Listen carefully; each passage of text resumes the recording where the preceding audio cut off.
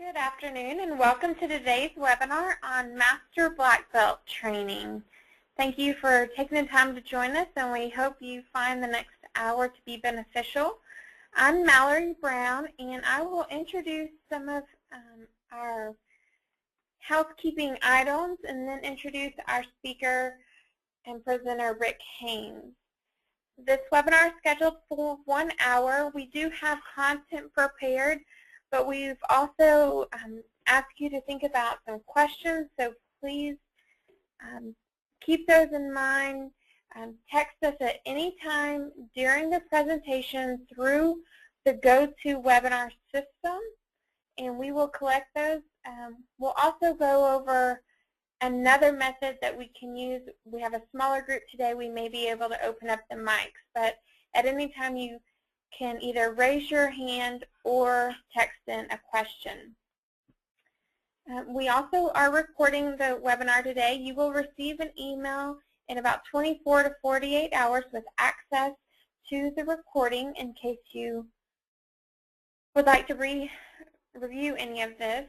If you do not wish to be followed up with from someone from Smarter Solutions, please let us know in the exit survey at the end of the webinar, and we will definitely respect that. I will now introduce our presenter, Rick Haynes. He is a 20-year Lean and Six Sigma practitioner and one of Smarter Solutions senior instructors. Through his career, he is certified as a Master Black Belt, Champion, and Yellow Belt, along with teaching and certifying professionals in all the Lean Six Sigma areas. His personal Lean Six Sigma work has spanned nearly all business types, manufacturing, transactional, along with a research and development business. He is a master's degree statistician and has taught statistics in the Penn State University system. He has worked in all levels of business from entry level up to site engineering manager.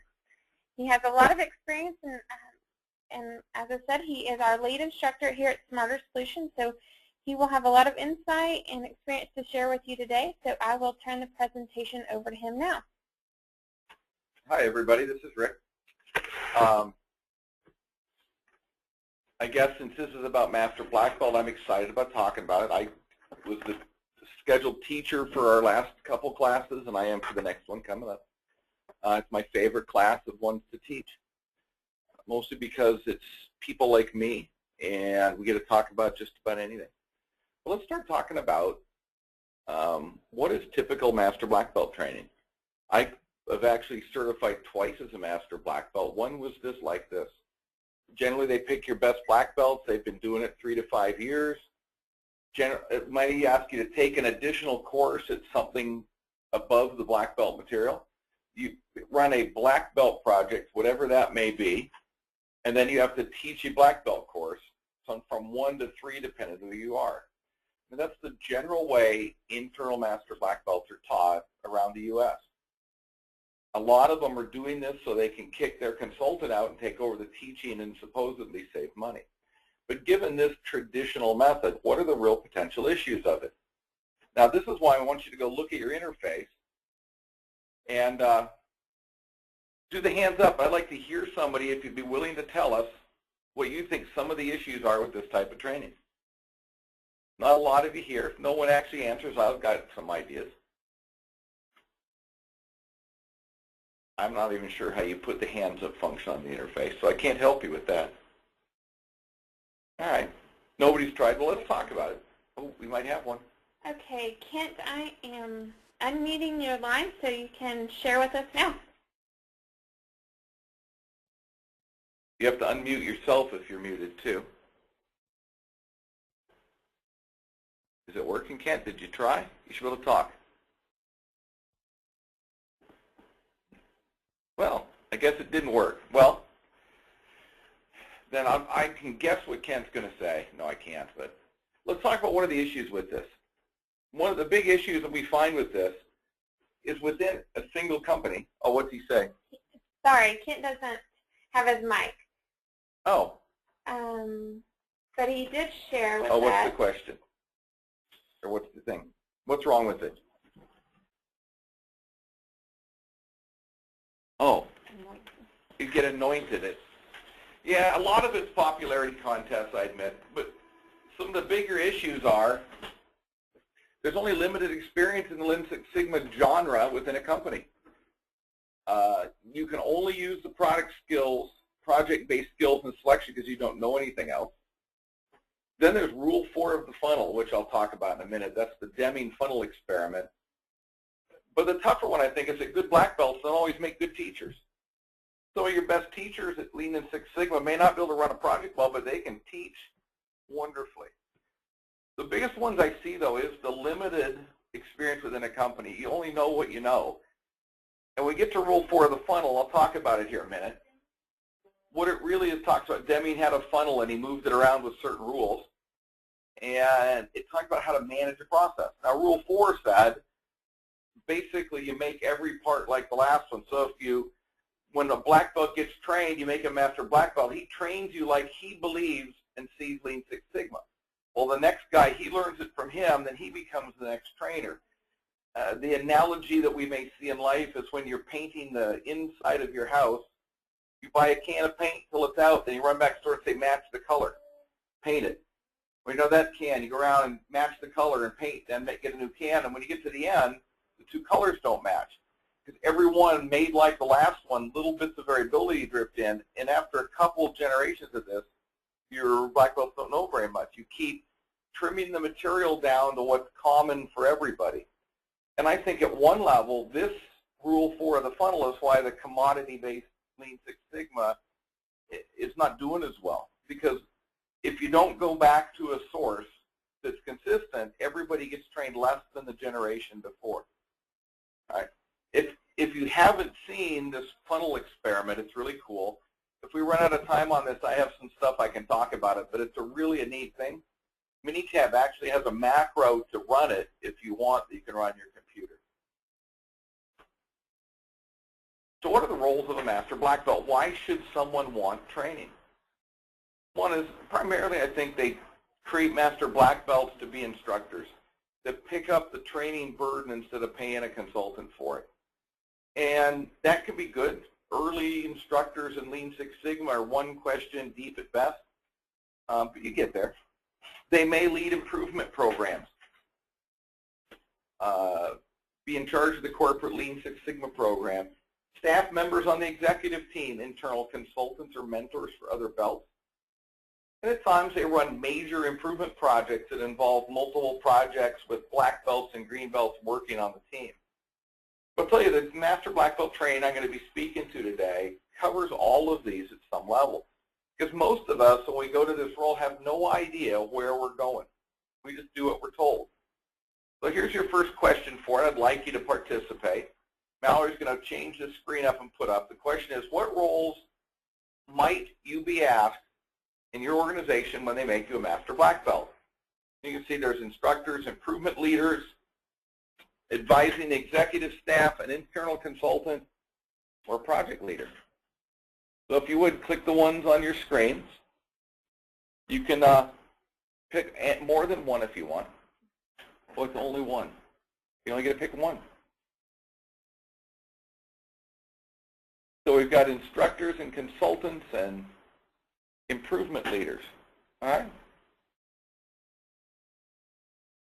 All right. If you just finish up now, we'll post it. Mallory?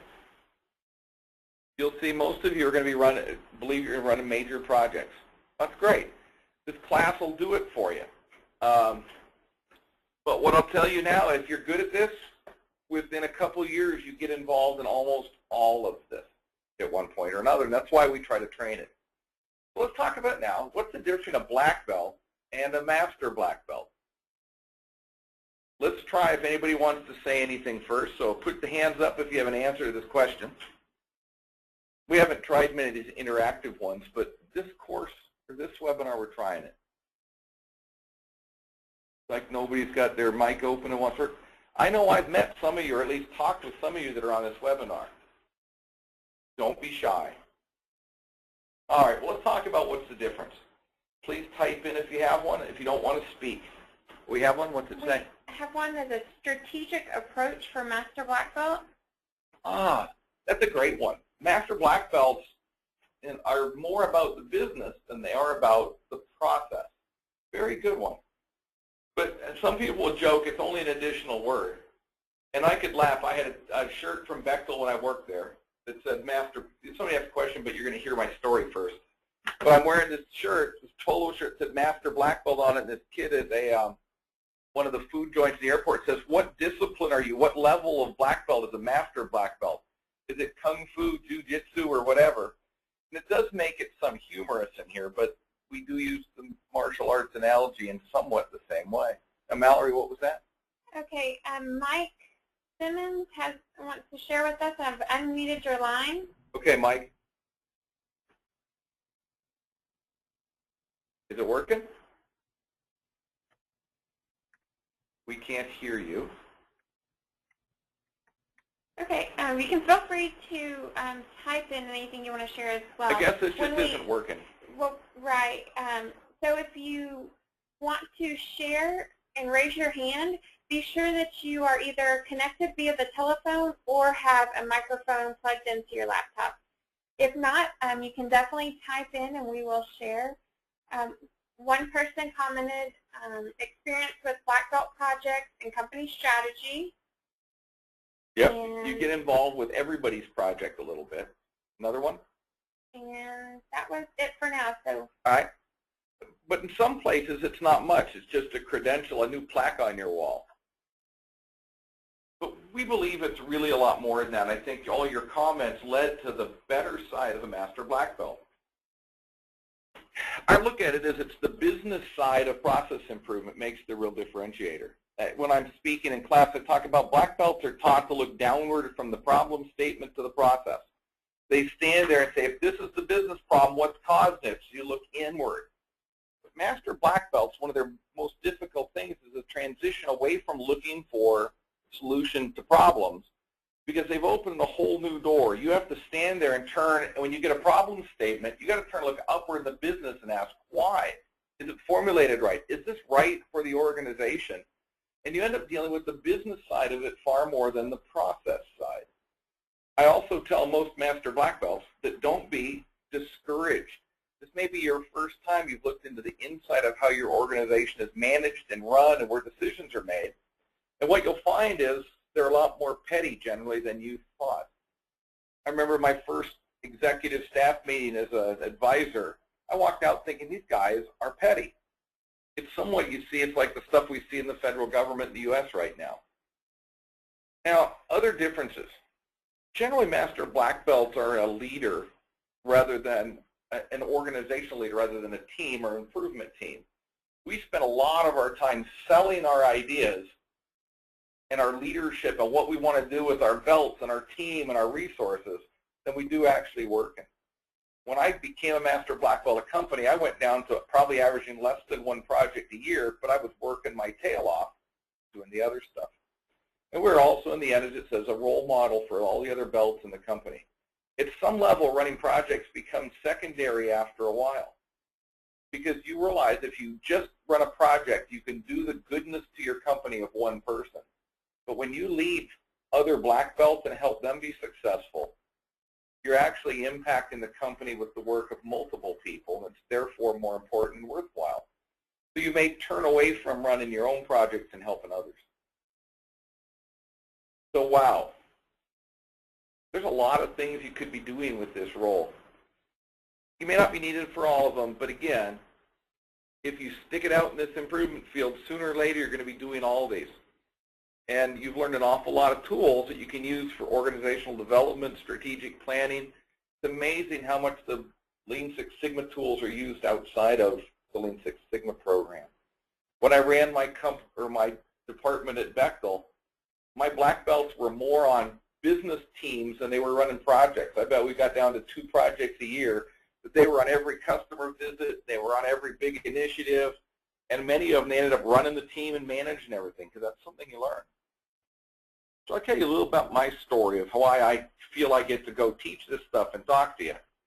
When I became a Master Black Belt at Bechtel, I guess it was somewhat, I was drug into it, because I'd just become a statistician, I'd changed jobs, and I loved what I was doing. But the general manager, the person who ran our company, came and asked me to be a master black belt, so I relented after a little bit of prodding. That's where I learned the word voluntold. I was given the ability to volunteer to take a master black belt position without a choice to say no. But as soon as I got it, within a month I was speaking to the vice president of Bechtel, a $3 billion corporation, about putting together a Lean Six Sigma program along with a number of other master black belts that had been trained.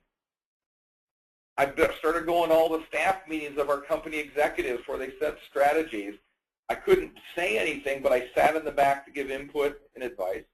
I became coaches to the executives, both within my company and Bechtel, our management company, on how to behave with Lean Six Sigma people, how to pick a good project, what questions should they ask. So you become a coach.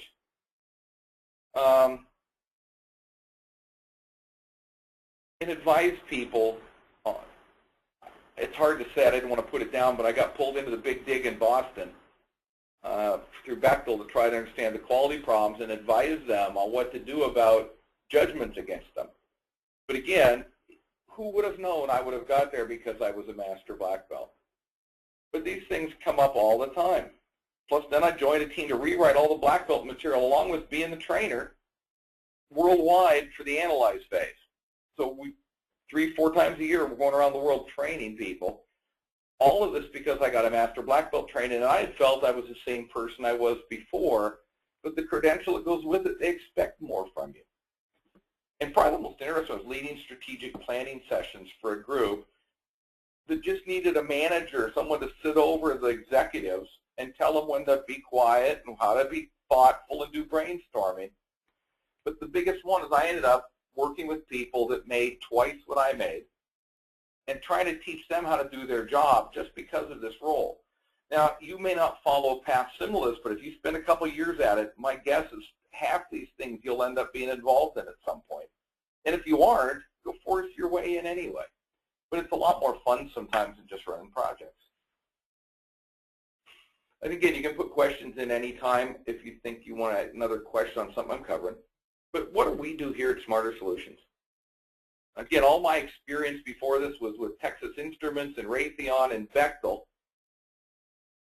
both in manufacturing and the service industry and in construction. And then my time with Bechtel was at an R&D lab designing and building nuclear reactors. So I've seen this work in all the different genres. And I loved the class when I got here to teach it. I've been with Smarter Solutions about 6 years, I guess. But we talk about improvement programs. We talk about improvement tools. We talk about how to lead a Lean Six Sigma program. We spend a lot of time about the business side of the course rather than the statistical stuff.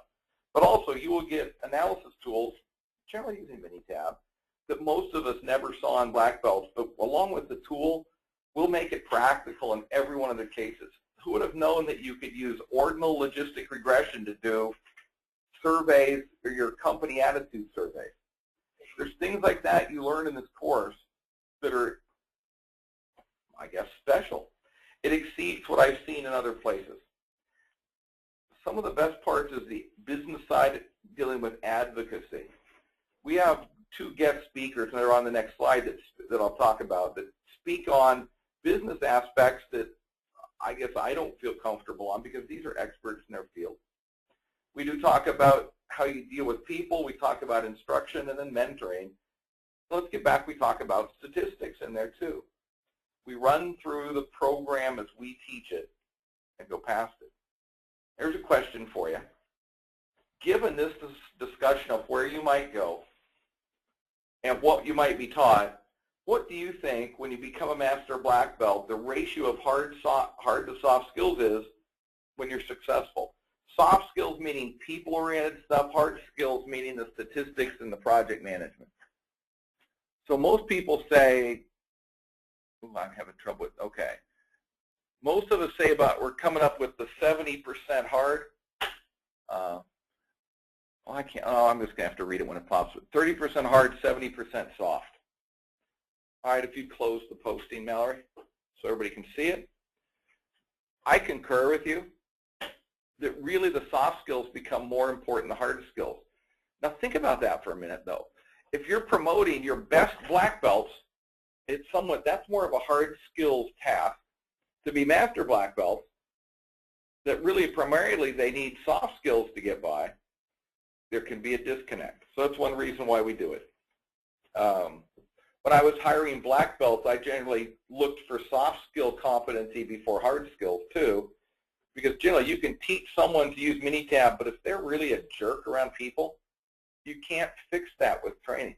So there's something to say about looking for soft skills. Now to our special guests. We spend a half day with each of these two specialists in our class, one guest each week.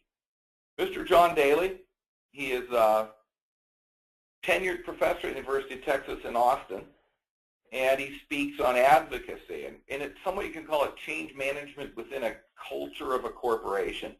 But he really talks about how you get things done in a business when you have no authority, only responsibility.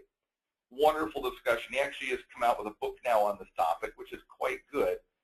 But I hate to say it, he's usually the high point of the class, not me. But he is wonderful. He adjusts every course to match the people in it, talks about what your needs are, listens to you. The second guest instructor, Dr. Richard Grant, who's a psychologist. And he comes in and starts with the Myers-Briggs type inventory. He's a licensed provider of it. And he gives all the students the test. And then they talk about what that means and how that relates to their job. And it's really about how to deal with individuals, not with the culture. So it's an individual-based soft skills, while Mr. Daly talks about organizational-based soft skills. A good mix. Both of these people have been speaking to our Master Black Belt classes for, I guess, 10 years probably. I know it's well before I got here. They have worked with black belts and other companies, Six Sigma programs, but they get our job, and they really give good advice to people. One of my Master Black Belt students called today getting towards certification, and knowing this was coming up, I said, well, what was the best part of the class? What have you used most since you've been there? And she spoke to both of these people's presentations were probably the biggest benefit she got out of the class, because more often than not, you've got to get people to do things when you're really pushing the envelope. When the statistics, as I agree, is quite easy compared to get people to change behavior. So this is a big part of our course. Now, we're also important to us as linkage of the course material to the books, to the lessons and everything. But I wondered, when you took your black belt course, how much linkage did you have between the slides and what was taught, the reference books you were given, and all the materials? So if you'd please pick one, where do you sit on your black belt course? Wow. Everybody's basically picking the high. Oh, there we go. Some people are going low end. It looks like the bottom one, integration, is going to be the big one right now, possibly. But I thank you for posting. We're going to close it off now if you'd finish up, Valerie. What's interesting, a little over half of you said it was quite integrated. I hope that means you went to black belt training with us, but it may not be. When I've taught it, I think this is my third set of material. Almost everybody had notes that were for standalone, and they gave us the statistics book to pass out. They gave us the goal. They gave us 4 to 5 books that were associated with business improvement, but they weren't necessarily tied to the slides. What it meant is most of us never opened the books again.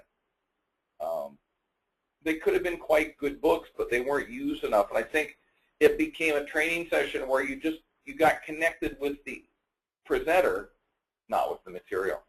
So thank you for that. It looks like a lot of you went to pretty good programs then. So let's talk about what we give you with our course. I think gives a little thing. You actually pay for it when you sign up for the course, but there's a series of 4 books that Forrest Breifogel, the owner, has published since 2008. They really were an extension of his prior books. One was Implementing Six Sigma, 2nd edition, which won a couple awards. But what he's done is taken the whole Lean Six Sigma genre for master belts and lower and created one book just on project management, which is the number 3 book. It is a detailed book on starting from the problem statement to building a team and soft skills all the way through the control plan. But chapter by chapter, it follows the DMAIC process.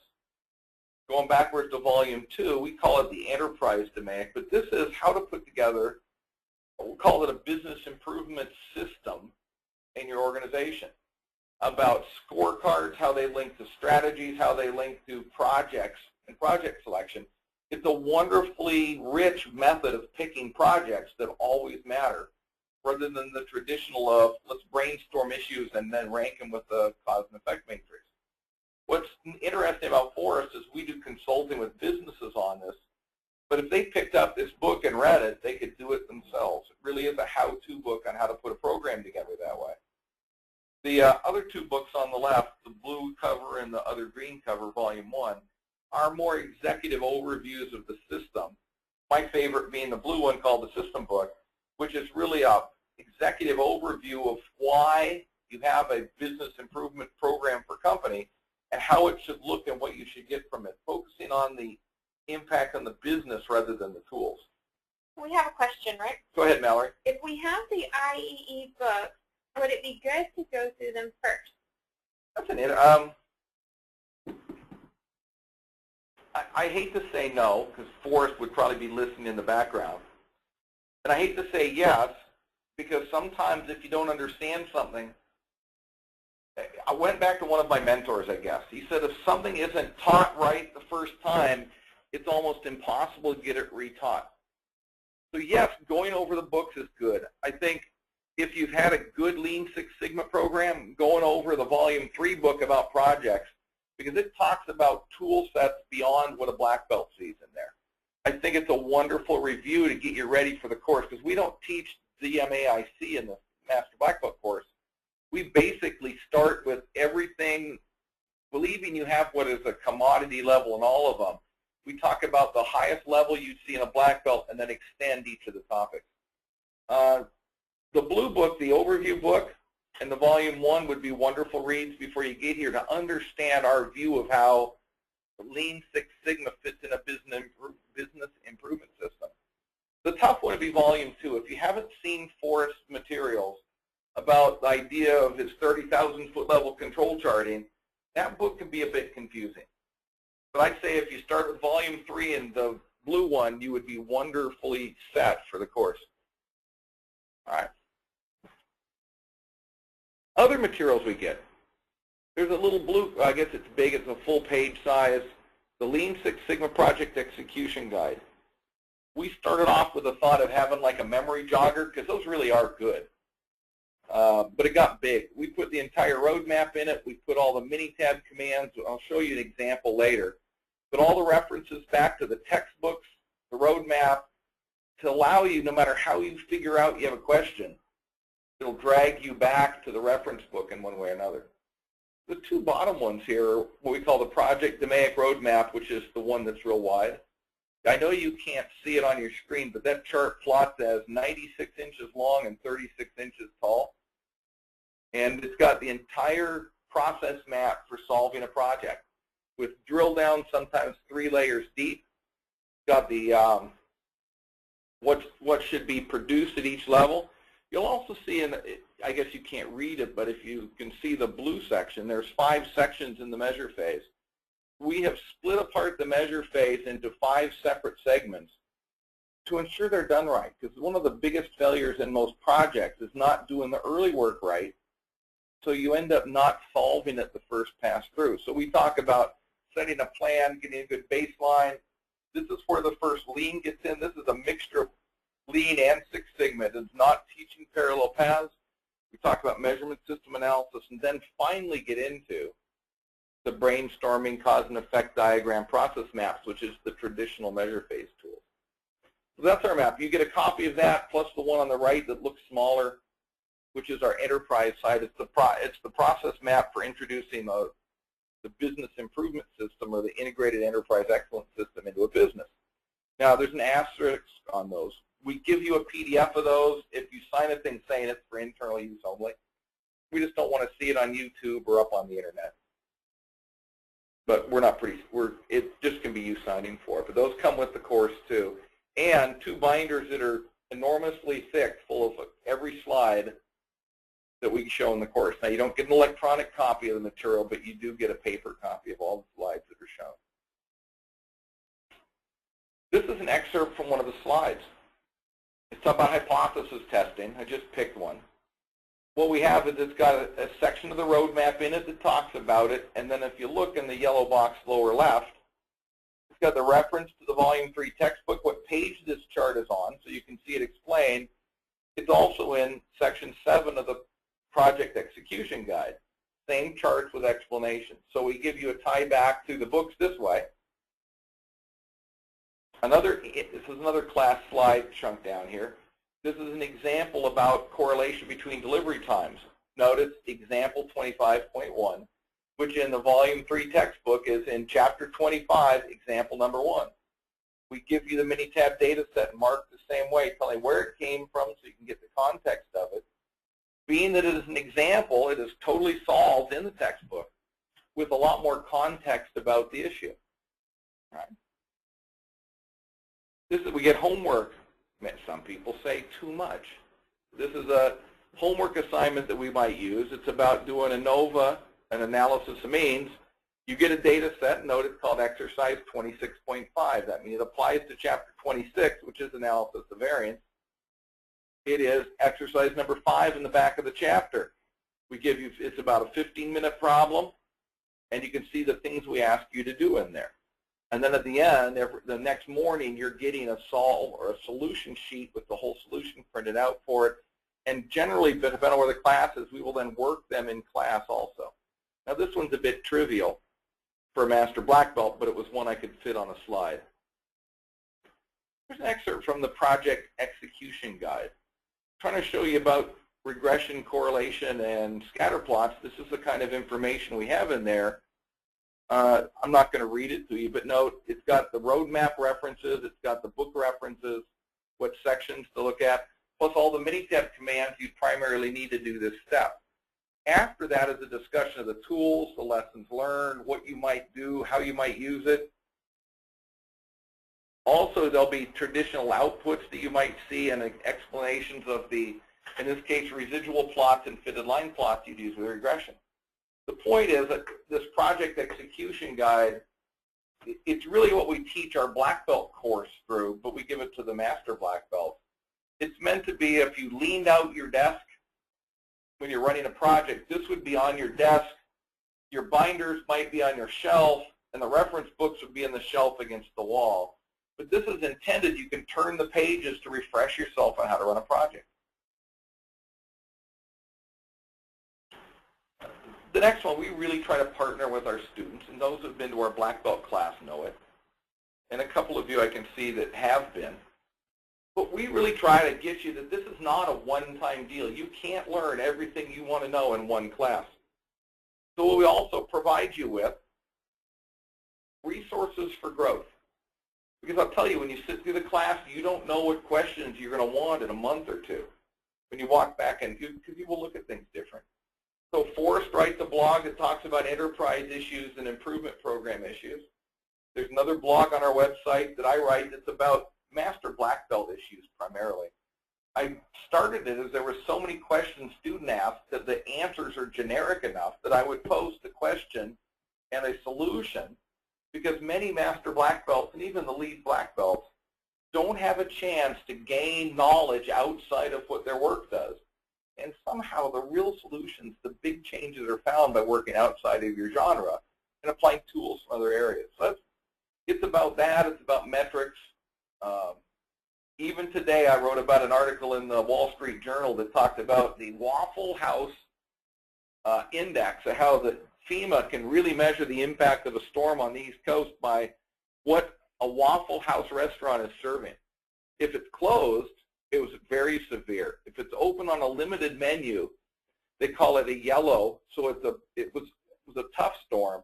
And if they're open with a full menu, it was very minor, and they use that to judge where they should work first. It turns out, according to the article, that Waffle House cares about their constituents or their audience, and they work very hard to provide food after disasters the best they can. And they found that that's really a good measure of the infrastructure support at the time. But I'll write about things like this, about business issues, mostly to keep our mind open to other stuff. And I let other people post that want to, that are on this thought.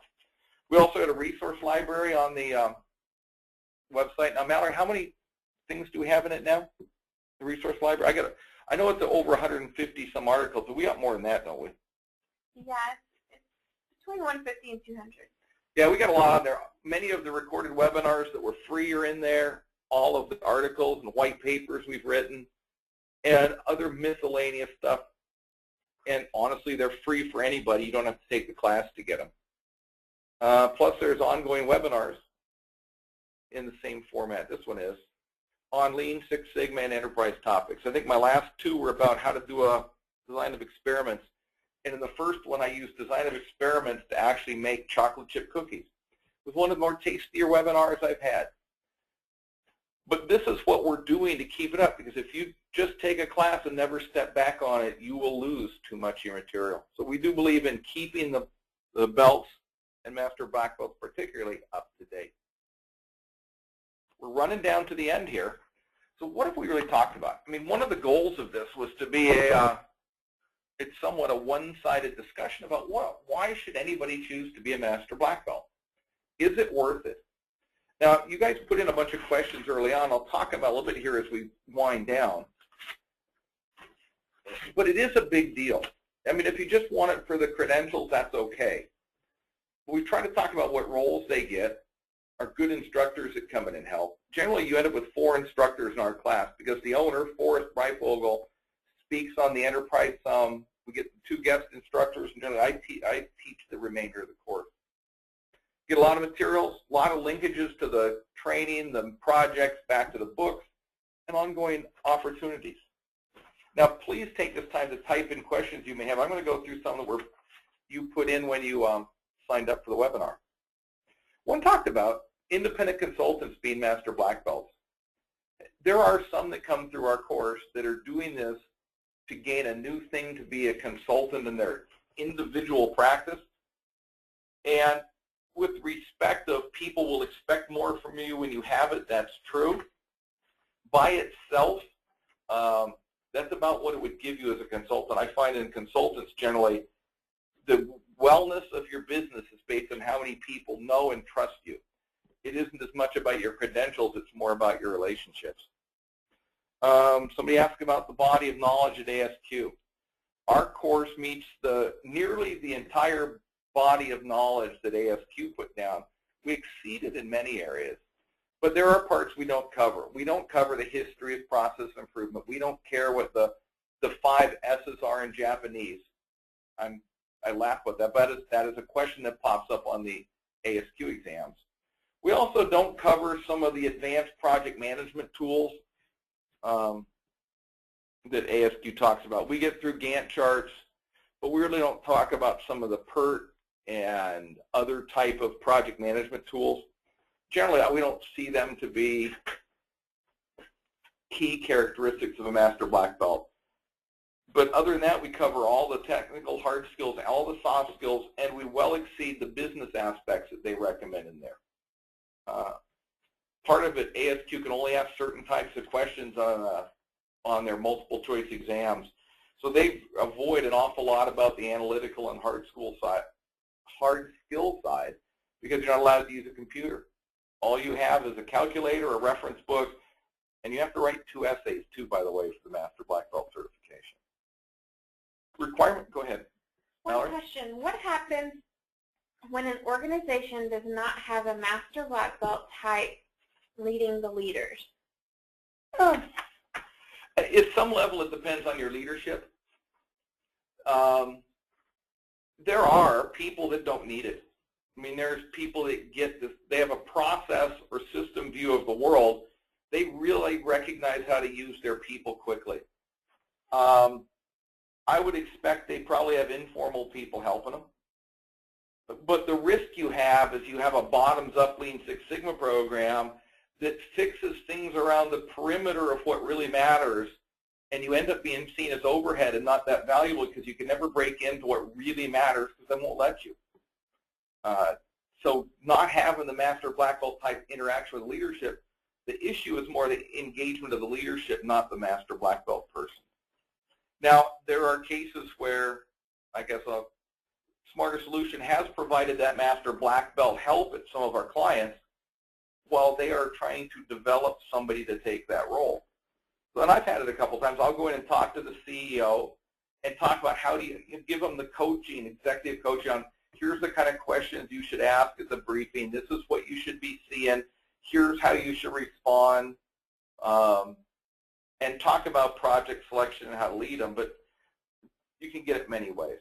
Okay, and the next question is, what is the pass rate of the Smarter Solutions MBB course? Pass rate. We, the only people who do not complete certification in our course choose not to. And there are cases where their world changes. They get transferred and they don't get done. But everybody passes the course. You pay a premium for courses like this because it isn't like a college class that you pass or fail.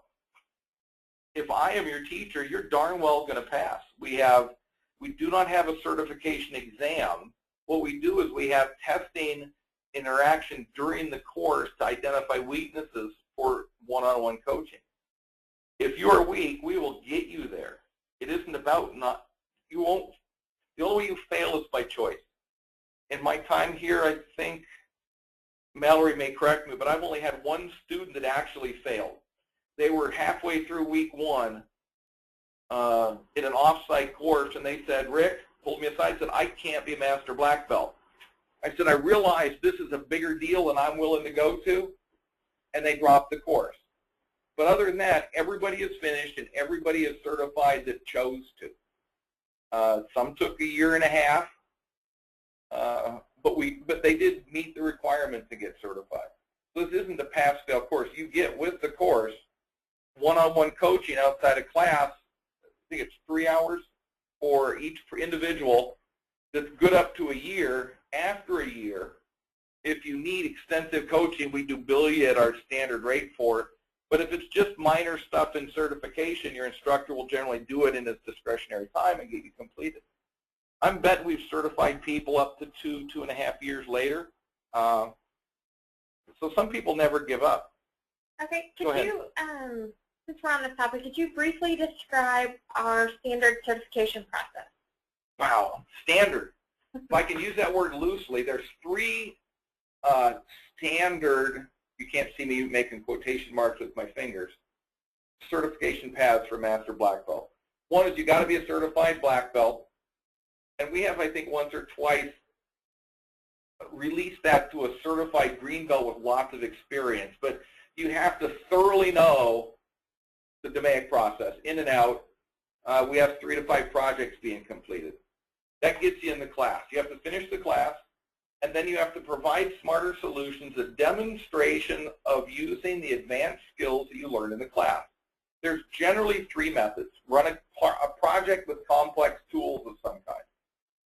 One of my favorites that's been in the last couple of years is open a past project, use the additional analytical tools you've learned, come up with a new cause, a new improvement, and implement it. So it's like an AIC project. And we have a couple of them that go in the middle of class, go, oh my goodness, I never knew I could run a mixture of discrete and continuous variables and get a model with all my factors, and it's wonderful. So that's one way. The third one is I guess we call it the enterprise project. What you do is you take the business side of the class and build a straw man deployment of an business improvement program and system with scorecards down to a project selection tool within your business. We don't ask you to implement it. The requirement for that is just to provide a briefing to your leadership on it. Those are the 3 common ways. Being that there's so many different roles, we've made many exceptions in this course that we wouldn't ever make for the other ones. But I had one student about 2 years ago that all they did is mentor. This person mentored 53, 54 green belts constantly at his core company. He didn't run projects, he didn't teach, all he did is mentor. So we found a way that he could demonstrate the use of the tools through coaching documents to get certified. So we're real flexible. If you're non-traditional, we ask that you make a request of a certification path. And if we review it here and said it provides evidence that you have master black belt skills and can use them, we'll usually count it. Any more? I can go back to my question list. Let's see. Lean integration. What we teach here is really a blended Lean and Six Sigma. Even to you, and if you haven't seen it, that's what we spend a little time on. What Forrest Breifogel put together is, I think, the current generation of the best out there for Lean and Six Sigma. I started with only Six Sigma back at, and there's talk about history in here. At Texas Instruments, I got my first Six Sigma training, 1988, 89, got my certificate. No, that's farther back than that. I guess I'm older than that. I got certified in 1981, so it had to be late 70s. I got my first training. When Motorola was rolling it out, I got some at Texas Instruments. So I was a certified black belt, 1981. At that time, there was Six Sigma. Lean wasn't even around yet. It existed as the Toyota production system in Japan and an equivalent of Ford Motor Company. But Lean came out a couple years later, and we introduced Lean over top of our Six Sigma, where I worked. We also did a whole deployment of the theory of constraints in the manufacturing world. But there was competing things.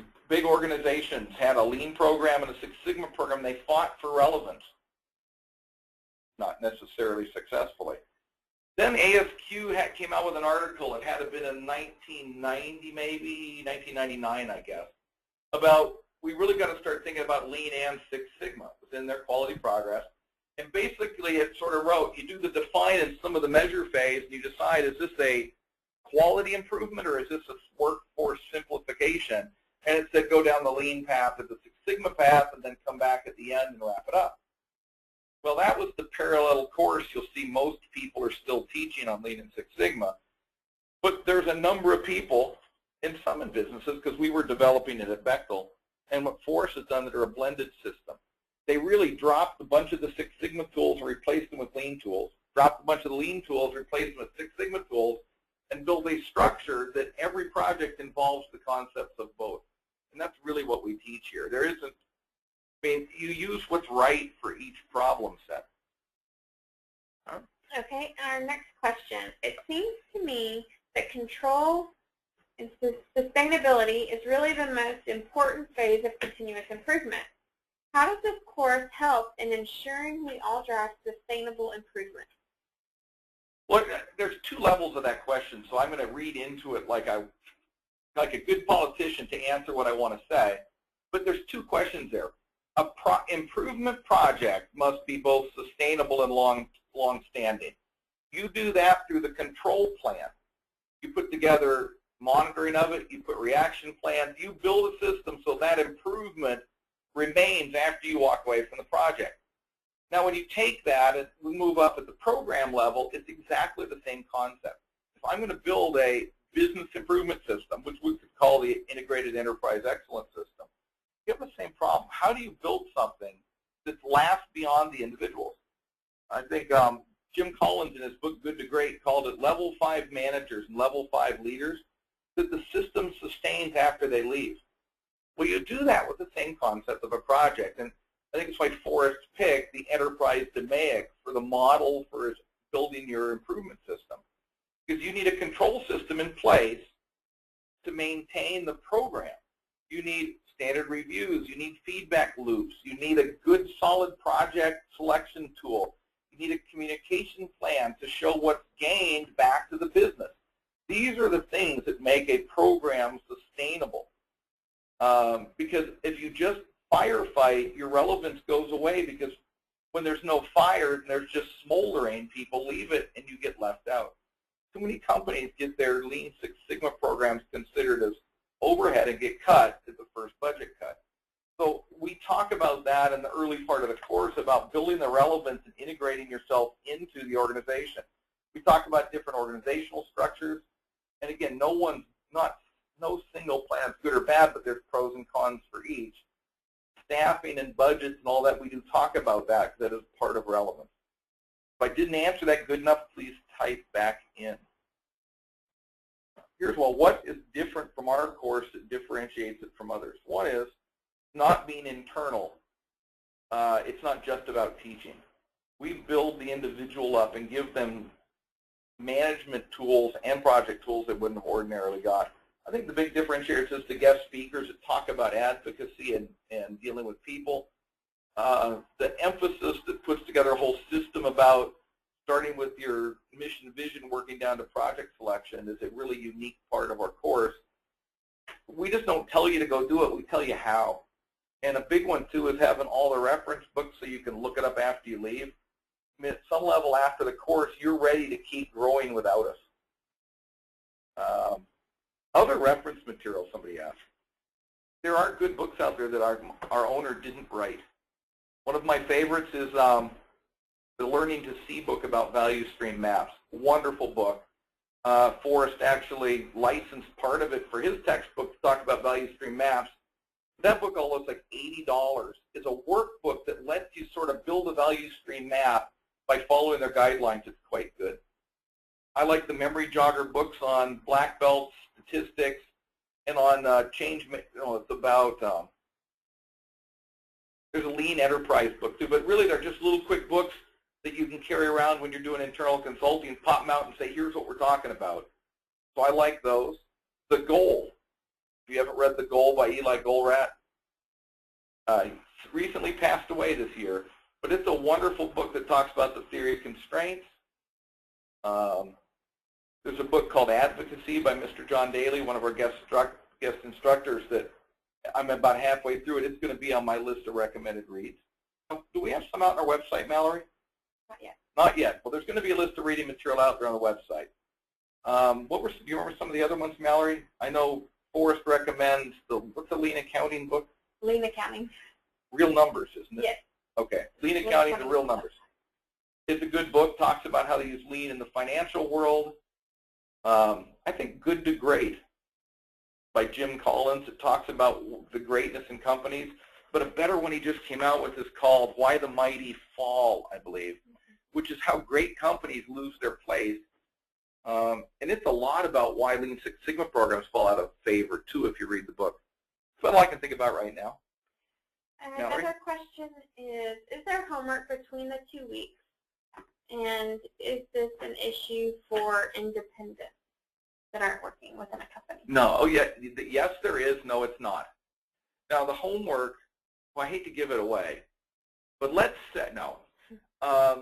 We have homework to test out your skills. If you think about teaching, Kirkpatrick has this level. He's a writer that wrote about measuring instructions and teaching. First level is you were there and you heard it. The second level is you can basically repeat it back. The third level of learning is you can do it on your own. So most of our homework is really created in the fact that we want to see if you'll struggle with it, the concept, when you step out of the classroom and it's less comfortable. So yes, there's homework, but more our homework is derived to generate questions. Now between the weeks and the course, what we do is we have homework. It's about analysis of your organization. How they display metrics, how they pick projects. As much you come back and speak to the class about your business, because somehow one of the good things in the class is seeing people from different organizations. Students that do not have an employer, they are self-employed, between jobs or whatever, we ask them to try to do the same concept, but pick someone off the internet. If you're Scottrade, any of the business investing tools that you may use, you can download corporate information enough from their financial statements to do all the homework you need in the end. You can talk about past businesses you've worked with. There isn't a requirement that it has to be your business. We just want you to try some of the enterprise level tools outside of class. Okay. Another question. Our next question is, when our company does not have full-time BBs nor has a plan for them, what would be your approach to move the mountains? MBBs hired seem more like trainers or project managers. If you pick up any book, it says you need full-time black belts or you're not being serious. And the hard part is I don't know if I even believe that, even though I teach it. I fought at Bechtel not to have full-time black belts for everybody. We made a case to have a couple full-timers to manage the program and everybody else dotted line. Now, if you create a dotted line, in other words, an indirect relationship, you're managing their program, project-type stuff, but they're still working in other areas. how to move the mountain. I mean, that's really what Dr. John Daly talks about in the class. How do you advocate for a more serious program? Well, a couple ones is you make cost-benefit analysis and say, this is what we can gain by more project work, but you also have to be somewhat savvy in the way your business deals with money and makes decisions. I do think you need some level of permanence if you want to keep a coherent program in the business, especially when you get the role of the Master Black Belt that's interacting with the leadership. But I recommend the companies have part-time Black Belts with like a 50% requirement of the Lean Six Sigma side. What you're doing now is you're driving the confidence out to the work areas to start influencing their acceptance of the tools. Now, if the problem is everybody's ignoring him, you bring them into one group, make them full-time, and all they do is become internal consultants to fix them. Both methods can be extremely successful, but you do at some level need a permanence to manage the program. Now, if you just hire black belts, train them, and throw them back in the workforce, you get better workers. What you lose, though, is the comprehensive or coordinated effort to drive the enterprise better. This class, the enterprise side, and I haven't talked a lot about it, but the enterprise DMAIC, one of the big things it does is it makes sure that every project that's being worked is directly aligned to your corporate goals and strategies. Because you could have an argument, why should you be working on any improvement effort that doesn't drive your strategies? So a lot of it is what you need in the business. But I said the biggest one is tie the black belts to the strategies and the goals of the company, whether it's profitability, margin, or revenue, and keep anchoring it, communicate it. Pretty soon that we'll start seeing this person spending 10% of their time on it, and I'm getting this much. If I brought them full-time, I might get 4 or 5 times the impact on the bottom line. So it's tying their work to the bottom line of the company. All right? Let's see if there's anybody off my list here. I've talked about most of them. Let's see. Oh, here's one. We have no requirement of dollars saved in any of our certifications with Smarter Solutions.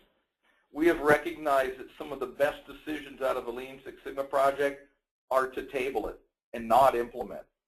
Sometimes you have a capital requirement that may make it, you can fix it, but you'd spend $1 million to fix a $100,000 problem.